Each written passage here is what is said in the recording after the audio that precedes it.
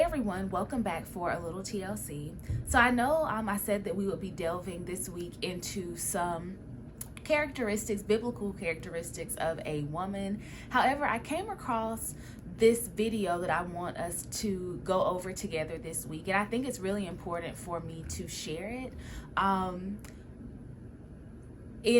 In Christian education at my church and just in general, God has been dealing with me about the subtlety of Satan, and how Satan can use some of the temptations that we have based on our flesh in order to, influence us or cause us to do things that are contrary to the will of God. And so I think it's important for me to play this video for you all that I just happened to come across. It came across my feed randomly, and I think that it's important for us to kind of get into it, get some of our comments. I will say that some of the visuals are a little bit scary as far as like the makeup, but someone in this video did have an interview with Lucifer, and they are asking questions, and Lucifer, Satan, is basically giving the game away for some of the tactics that he uses.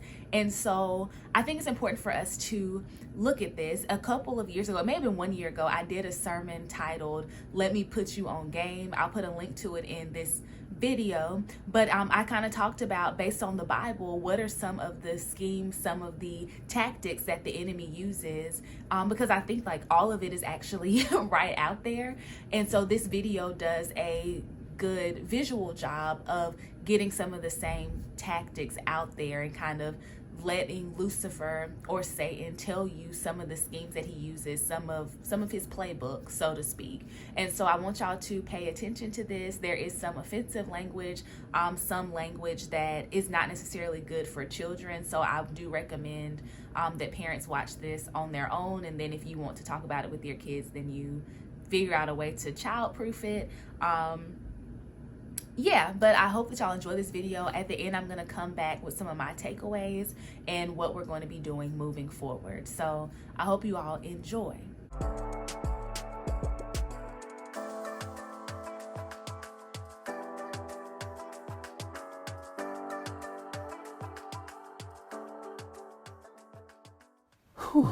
Whoa, Lucifer in the flesh. Do you know how many journalists would kill? Wait, you probably do. First, I want to say thank you to agreeing to this interview, because I know you are a very, very busy person. Yes, I usually like to fly under the radar, but I figured since I'm already on the campaign trail, why not? Okay. First, let's talk about your reign. Now, you've had a fairly long one. What would you attribute to your success and popularity? Oh, that's easy. Every generation is the same. I appeal to their lust and ego.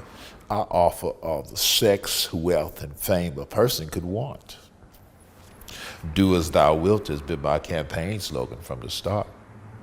And my campaign platform hasn't changed either. I run on the same 3 issues every generation: lust of the flesh, lust of the eyes, and pride of life. Okay. When you say lust of the flesh, what exactly do you mean? Come on now. What do I mean? Isn't it obvious? I just use humans' own innate physical desires against them. And since sexual desire seems to be the most powerful, I usually run with that. Now, I didn't create sex, but I must say I've done a superb job at perverting it. Take pornography, for example. Well, you should know a lot about this one, Ivan. Weren't you addicted to porn? This interview is about you, not about me. Can we get back on subject? Now, where was I? Oh, yeah. What I do is gradually get someone addicted to porn. And once lust has had its full work and he and she can no longer restrain themselves, they usually look to act out their fantasies on someone.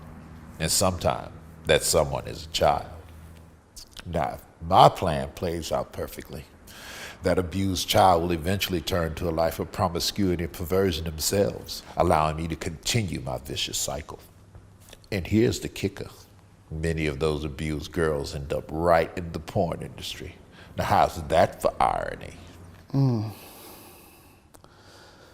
The second thing you had mentioned, I believe, you said lust of the flesh, lust of the eyes. Can you elaborate? Humans are never satisfied. You always crave more. Bigger house, bigger car, more money, more power. The list goes on and on.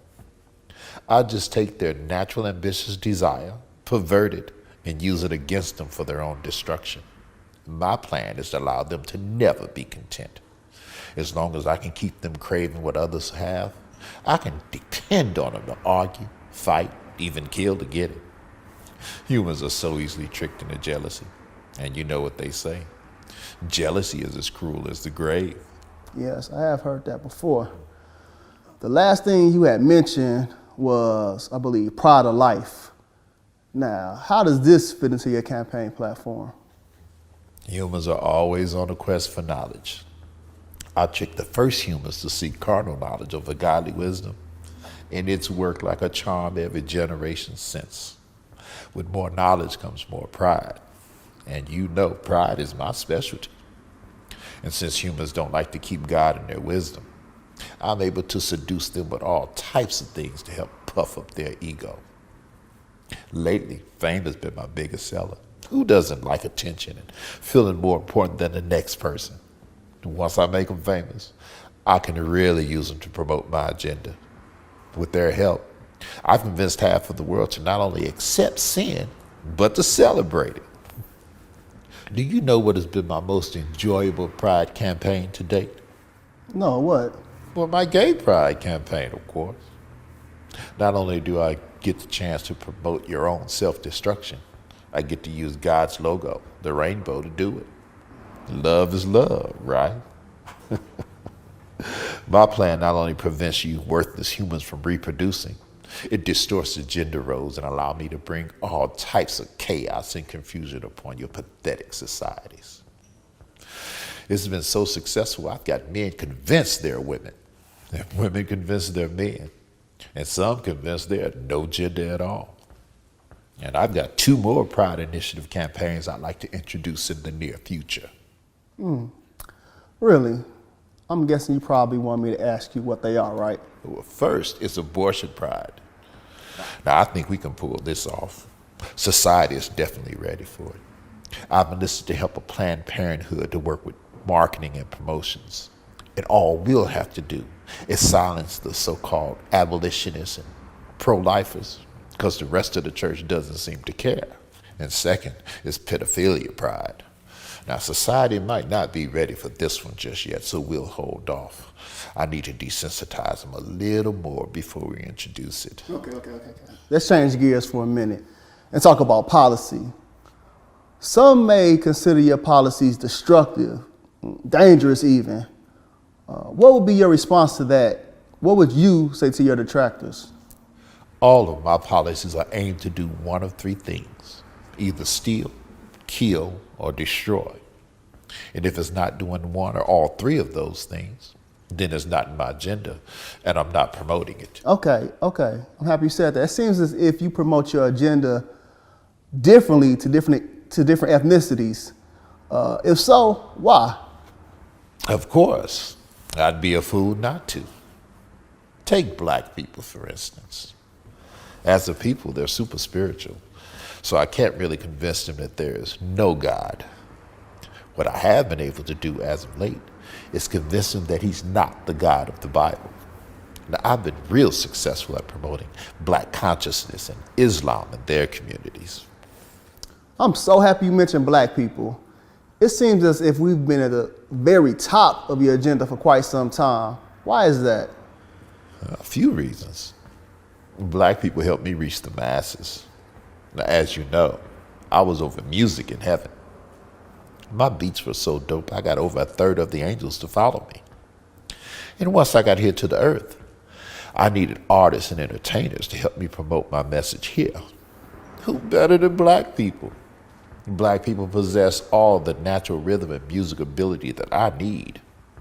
And it's easy for me to influence them with money since so many of them grew up without it. Another reason I target black people is because they're strong mentally and physically. If black men were to ever find their identity in Christ, I'd be in trouble. So I try my best to destroy the black family structure and keep black men away from his family and the church. Drugs and incarceration are a couple of my more popular means. Without the head of the household present, I can become the head and influence the children without too much resistance. So you mean to tell me that your policies are intentionally racist against black people? Racist? This has got to be the best law I've ever come up with. Now, I can't believe that humans still believe they're different races.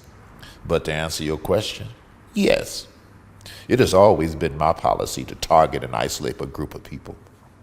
And out of all my strategies, this skin color thing has worked the best. I definitely want to keep white people and black people separated. As long as I can keep black people bitter and white people offended, I'm good. Hopefully black people will never forgive. That way I can continue to use them. Okay, my question is, what role, if any, does your administration play in this black on black crime epidemic? Well, as great as my administration is, we can't take all the credit for this. Black people help us tremendously. By aborting so many of their babies, they allow us to bring death to their communities.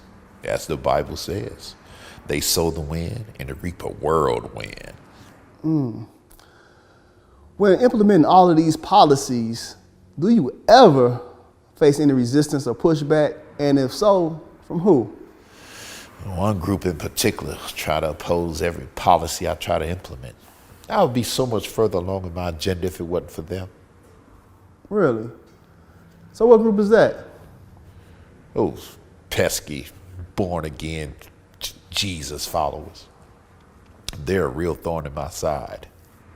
Every generation they come together and try to dismantle one of my signature policies. Now, I've convinced half of the world that Jesus didn't exist and the other half that he wasn't divine. But I can't seem to convince them.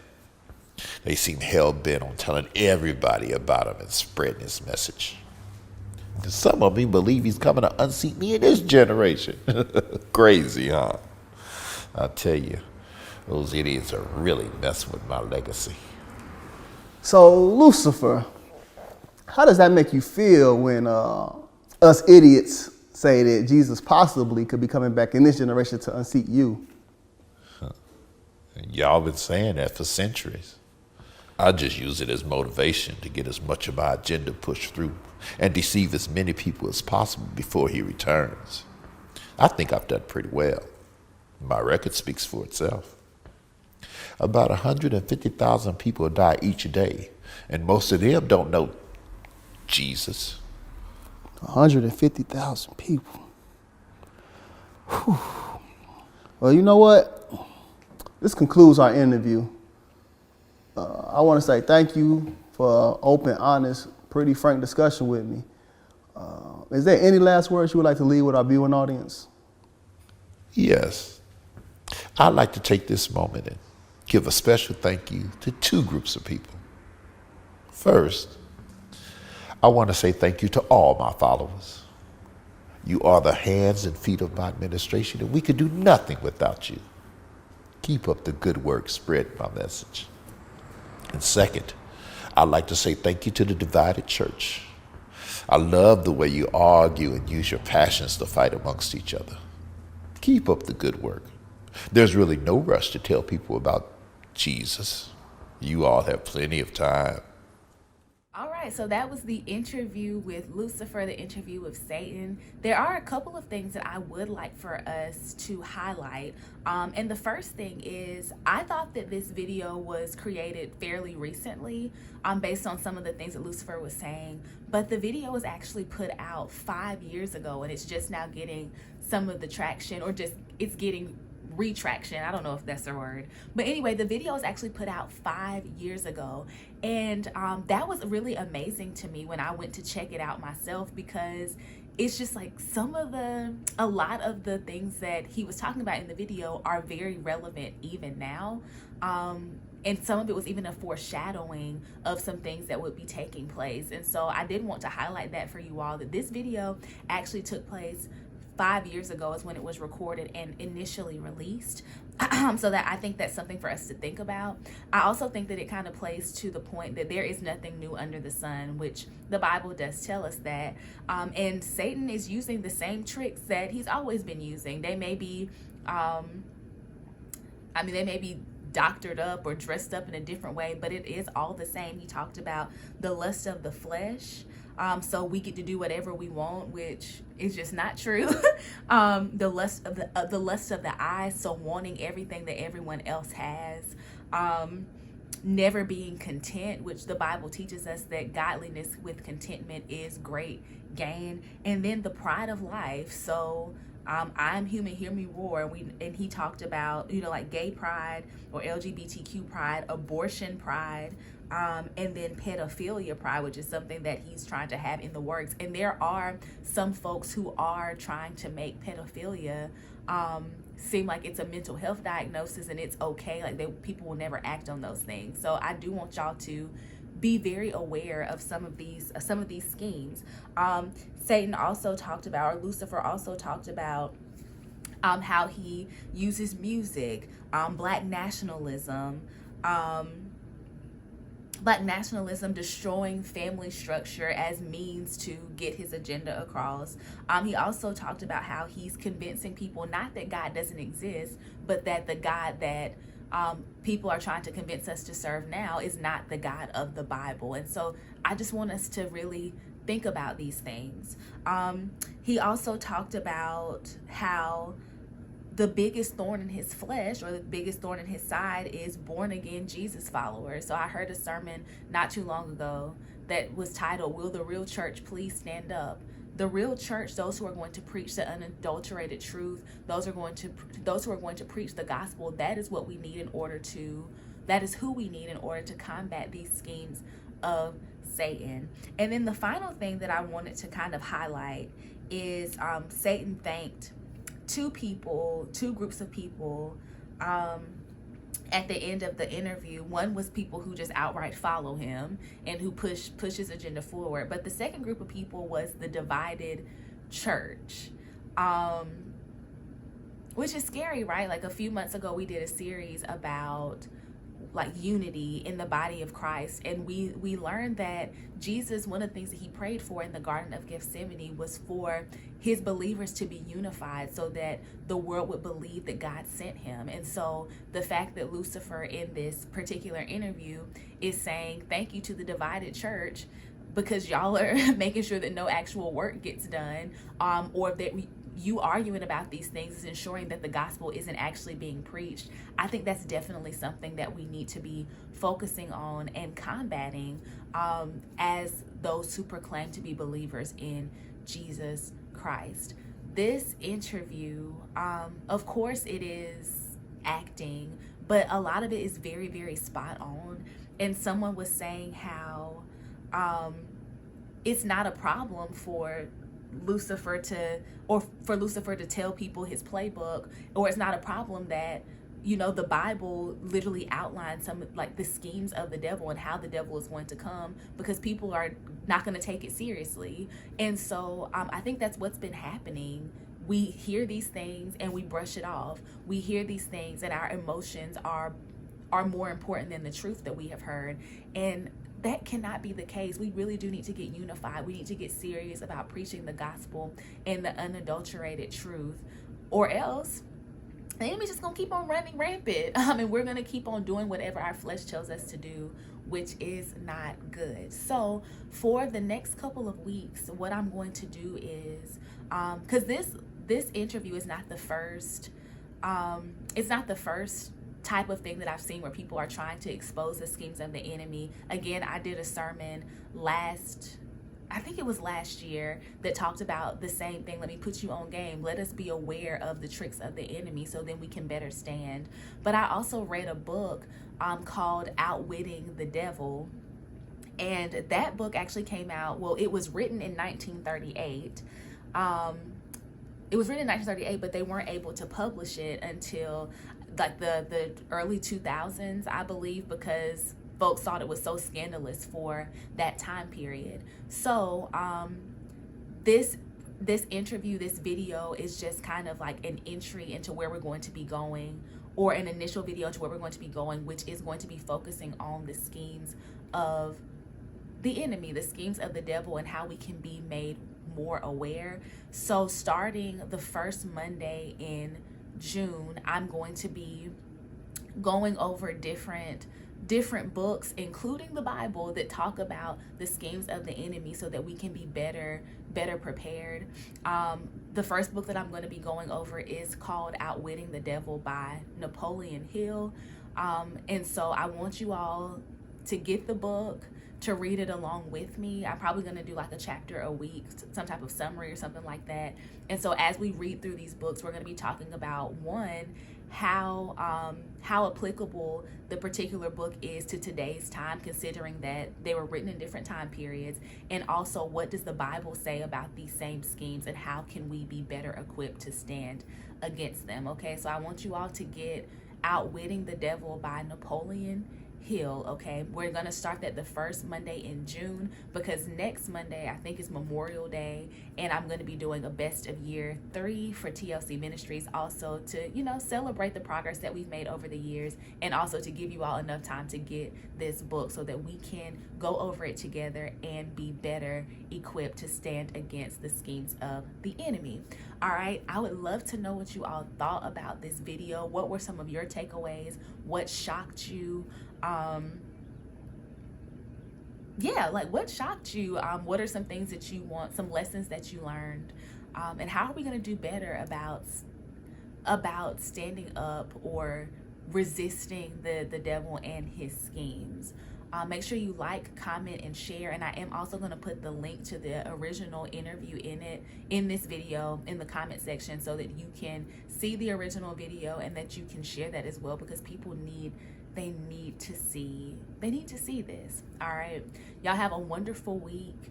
I pray that this week you are a little bit better equipped to withstand the schemes of the enemy, and I will see you next time for a little TLC. Bye-bye.